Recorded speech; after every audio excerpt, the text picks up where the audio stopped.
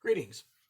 A fan on my YouTube site asked me if I would put together a tutorial on how to make mounting tabs for the slotless race cars that he uses, which are mostly Tyco TCR, but he also uses a speed steer made by Aurora.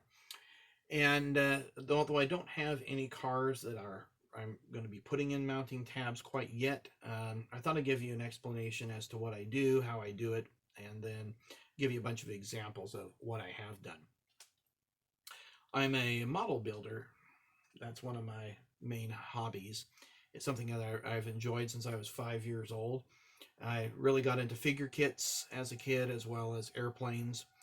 And if you're curious to see what I've done, I have a Flickr account. Just type in Convair XF92, and you can see about 100 planes, every U.S. fighter plane, from the P-35 all the way through the current F-35. And doing what I do with models is no different than what I'm doing here with the cars, customizing, adding, that kind of thing to them. So when you decide which chassis you're going to use, the three examples that I have are the AFX Aurora Speed Steer, which has the mounting tabs like the Magnetraction does. The Tyco narrow pan chassis, which is really quite versatile for narrow bodies. And then the Tyco wide pan chassis, which you can use on the Tyco Pro bodies. Now, sitting up here in the front next to the chassis are 5 resin bodies that I picked up last month. And for those of you in the hobby, you will recognize that, oh, I see the Tyco Pinto, the Ferrari P5, and the Griffo. What's nice about these resin bodies is you don't risk damaging those extremely valuable cars. And so you can paint them up as you like, customize them as you like, and then race them to your heart's content. And if it gets damaged, no worries. You haven't lost an investment. So all of my cars that I have are runners. I'm not a real serious hobbyist. I just like the cars. And so having the resin bodies is really quite awesome. Whoops.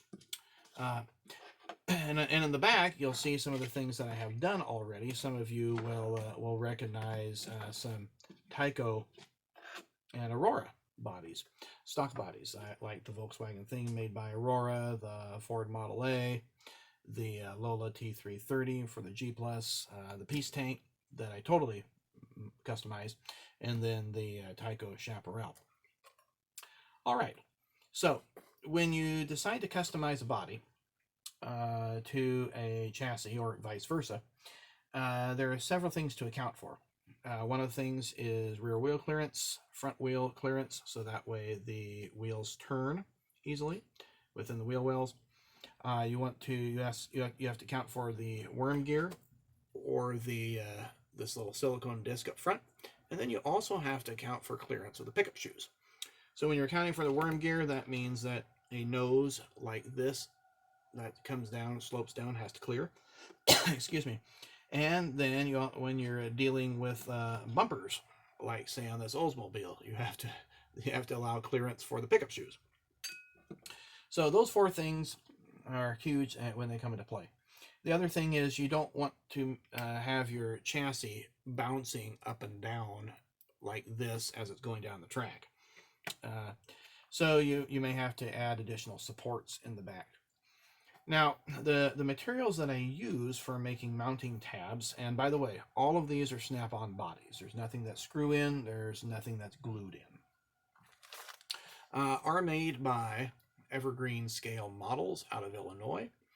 And all of our local hobby shops before they closed carried this stuff. Now, nobody nearby within a 20-mile radius does anymore. Fortunately, I stocked up really well when I was building the airplanes, and we just had a shop go out of business last December, and I really stocked up on the various sizes. You can buy strips, and this strip measures, let's see, what is it, 1 millimeter by 3.2 millimeters. You can get rods, and the rods are 1/16 inch in diameter. You can get just plain flat strips. Those are really nice if you have to fill in spots. Here is a rod that is 0.75 by 1 millimeter, so it's not quite square. That is the rod that I use for building the vertical mounting tab in the Tyco, using the Tyco Narrowpan Tyco TCR chassis. So if you look on the inside here, you'll see some mounting tabs that I did right here. Those are the vertical ones that I'm talking about. And this happens to be number 132 by Evergreen Scale Models. And you'll see that it slips nicely within the that little slot there on the chassis. Now, you have to decide, where that's going to be. So here's how I figure it out. Here is a Ford Ranchero, and by the way, all 5 of these resin models are made by Dave Wanacott of Gallen, Ohio. And looking at this Ranchero, you're going to notice a couple problems. First off, it's the body's too long for the chassis. So I'm going to have to do one of 2 things. Either lengthen the chassis, that means sacrifice 2 to make 1, and then I have to lengthen the drive line so that way the wheelbase is proper, or I have to shorten the body. Now in the case of this Corvette, this was a Hot Wheels cast, and it had the same problem. And so what I did was I shortened the body, and I cut it pretty much down the middle of the doors, leaving the hood the same, leaving the back the same. And that's where you have to decide for yourself where is going to be the best place that's not going to be so noticeable. This 1940 Ford was Jimmy Flintstone, and it also had the same problems. And so what I ended up doing was I ended up cutting the back here short, kept the same fenders, and I just cut the fenders off at the body, and then glued them back on. And you wouldn't know there was any difference there. I also added front and rear bumpers to the thing. I'm a person that grew up with stock old cars, and so that tends to be what I like. So with this Ranchero, I'm going to choose a Tyco Narrowpan, but then I'm going to have to shorten the body. Now the other problem you're going to notice is that the wheels are too wide. So that means I'm going to have to decide if I'm going to, the purist that I am I going to keep am I going to round out the wheels to allow the rear tires to fully have clearance, or am I going to cut them down? Now in the case of this 1948 Tucker, you'll see that I cut down the rear wheels considerably to fit within the wheel wells. This Tucker was my first resin cast that I did from a Hot Wheels body, and that's a whole nother explanation on how to do that. But this also uses a Tyco Narrowpan chassis. Okay, so once you decide that, then you have to decide placement as to where the tabs are going to go. Now, if you look at this Corvette, you're going to see some pencil marks right about there and there. And so I mark on the inside of the body where the chassis is going to go, where those vertical posts are, and then once I got that marked, then I glue them in. You'll also notice that I put a backing plate here, and that's important for a number of reasons. It just gives nice support there, so the car doesn't go back and forth, and can also provide a stop to prevent the chassis from sliding back if you need that done. Now, as far as the horizontal tabs go, I usually decide a length of about 5 millimeters. And I find a piece of styrene plastic that fits within that slot there.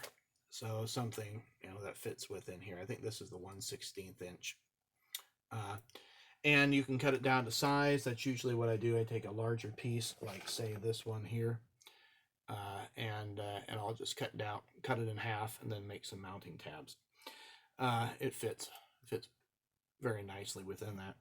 And so that's where you just have to measure that space. For those of you that need that information, I must have moved my ruler. Well, anyway, keep a number of rulers handy. This measures about 2 millimeters. So then you just glue the horizontal tabs in, find about a spot right about there. If you go too far, you'll notice a little notch. Glue those into your body.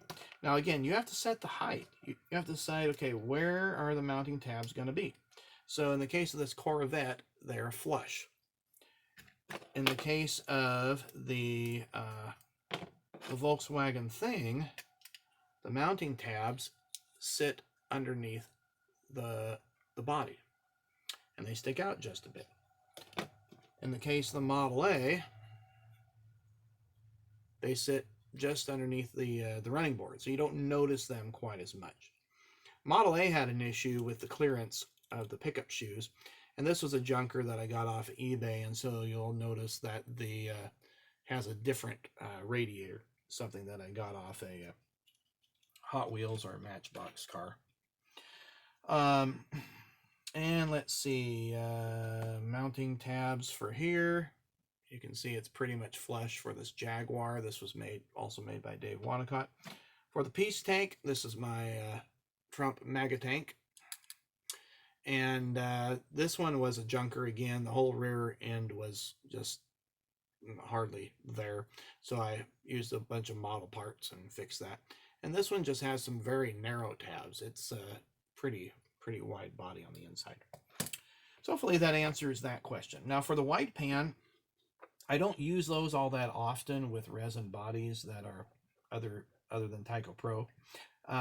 With the Tyco Pro bodies, they're not always a perfect snap-in fit, and so I glue extra tabs right there. Sometimes I'll even lengthen this out a bit if the body is a little bit too wide. And those extra tabs just keep the body in place. I always do a test run with what I currently have, and if it doesn't work, then I'll add those mounting tabs. In the case of this Oldsmobile, this uses a wide pan as well. And this was done Oldsmobile 88, made by Greg Gipes, and that's where I put in similar block mounting tabs to match with those grooves there. All right, well, let's talk about Aurora. I started out making Aurora mounting tabs, and then customized something a little bit different. Now, this is a Jimmy Flintstone 1957 Chevy. It was a resin, and I kept the original length, I think. Maybe I shortened it down. Anyway, you'll look on the inside, and you'll see some mounting tabs that I used. So you find where your wheelbase is, and then you set your mounting tab. So I made that notch there on the inside and vertical posts in order to prevent it from sliding forward and aft. And then there's also a mounting plate there to prevent the rear end from bouncing up and down. And this is one of my better runners. And this one, the body was wide enough that I can use the full wide wheels in there. Now, in the case of this Jaguar, I've come up with a whole new system. And so what I use is vertical posts, and I like to use the 2mm square. And then I use a 1/16 or a 3/32 round piece, a rod. And what's nice about the rod is it allows these tabs to snap in and out easily. And it keeps the chassis in place. So what I do with the rod, I'll give you an example here, is I take a nail file. You can get these at Target, Walmart, Fred Meyer, and I just sand it down to where I have a flat surface. And then I glue it to the inside. You know, I cut it to measure and then glue it to the inside. And this was one that I think this one fit pretty perfectly with the car chassis. This body did. I didn't have to do a whole lot other than just widen out the wheel wells. And that's a 1956 Jaguar XK 140. Now, what do I use for glue? Okay, so we have here cyanoacrylate, and some people call it CA plus glue. It just depends what it is. It comes in various thicknesses. I like the runnier stuff. You can get that at Hobby Lobby or your other hobby stores. And then you also want to get the accelerator. And then, so super glue dries pretty fast, and it's really good for to glue anything to your resin. But you still have to hold it there until it finally glues in place. Now, once it glues in place, then you're good to go. I also use a Dremel, and the Dremel is key for rounding out wheel wells. So like this bit here, this is the largest circular wood bit that they come in, and it's an investment, but you want to have all sorts of different bits at your disposal for whatever your various needs are. So anyway, I hope this helped using the various examples that I showed you here.